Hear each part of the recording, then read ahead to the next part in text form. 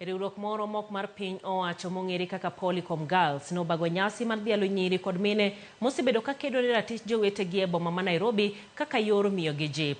Ma en ting' mar riwruogni okawo mar puonjo joma nyiri manobedo mine katindo kod mago manoroch ratichgi kaka ginyalo ritore makare e weche mopogore. Jafwambo marwa Cynthia Onyango nolimo joma nyirigi e kinde nyasino kendo omiyowa ler.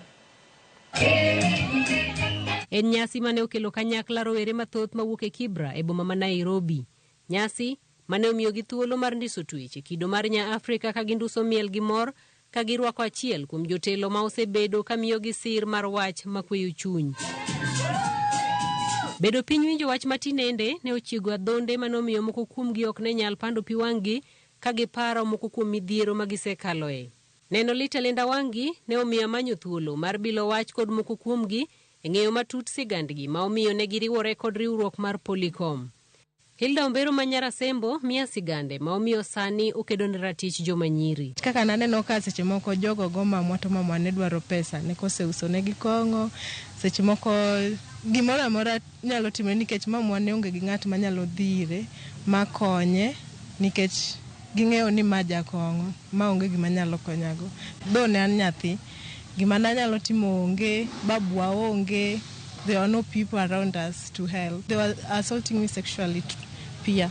Koro ineno jomoko biro giwuondre ni gidwa metho to karo gidwa metho, gidwa mana muli. Seche moko ng'ise ni kelna kong'o e tok ot kae to ka ibiro to ok kong'o nok gidwa, gin gidich mana gi dendi. Sigand Hilda chalo gi mar Sumba mane oneno joma nyiri ka iketho ratich gi giwuonegi kendo kamine bende igoyo gino mane omiyo oyiero kedo ne ratich joma nyiri. My mom is like mama wa kijiji. People bring issues to her. People come, a girl will come, my father beats me up and tells me how useless I am and all that, and that girl will have to sleep in our house for a week. I have seen women being beaten and staying. If something is oppressive to you, it's oppressive. If it's not, it's not. Okay? And we cannot invalidate your experience just because you're a man or because you're a woman. Kaka achiel kuom joma oseyudo lokruok kowuok kuom chenro mag riwruogni, Lavenda Kinyi mane obedo miyo kapod tin goyo erokamano. This journey has been so impactful to me because when I was starting it initially, I wasn't that confident. I didn't have that courage to stand in front of people and maybe say something. But I am so I'm even amazed today that I've been able to stand and say something. Etemo jiwo arita kod kedo ratich joma nyiri, jotelo ma osebedo kata chenro ni oro ote makende ne oganda duto mapachoka kendo jiwo joma nyiri mondo bede opara manyime e rito ratiro mar oganda duto mapachoka. The beauty is when they come into this space, they get empowered, they get encouraged, and then they begin to know and appreciate that the story is not just about, I'm not the only one in trouble. There's nothing as fulfilling and as calming as that.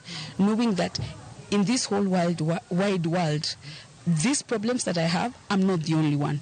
You can actually see the person who has made it. It is actually up to us, Jomadongo, to just try and direct. What inspires me is that the young girls, young women in this space are very, very inspired to learn and to understand. Kwa hivyo ya opachi, mondi chak teach manyalo kelo lokruok e ngimani. To kendo ng'ama nyalo mako lwete. Nyaka nene kaka joluo wapuonjore kuom dewa, ne wapuonjore kuom jok mosetelo mbele wa. To nitie kama gino ero rumo ya oko kae masani koro wasomo mana internet gi gik mwanene e ong'we yamo. Cynthia Onyango, Ramogi TV.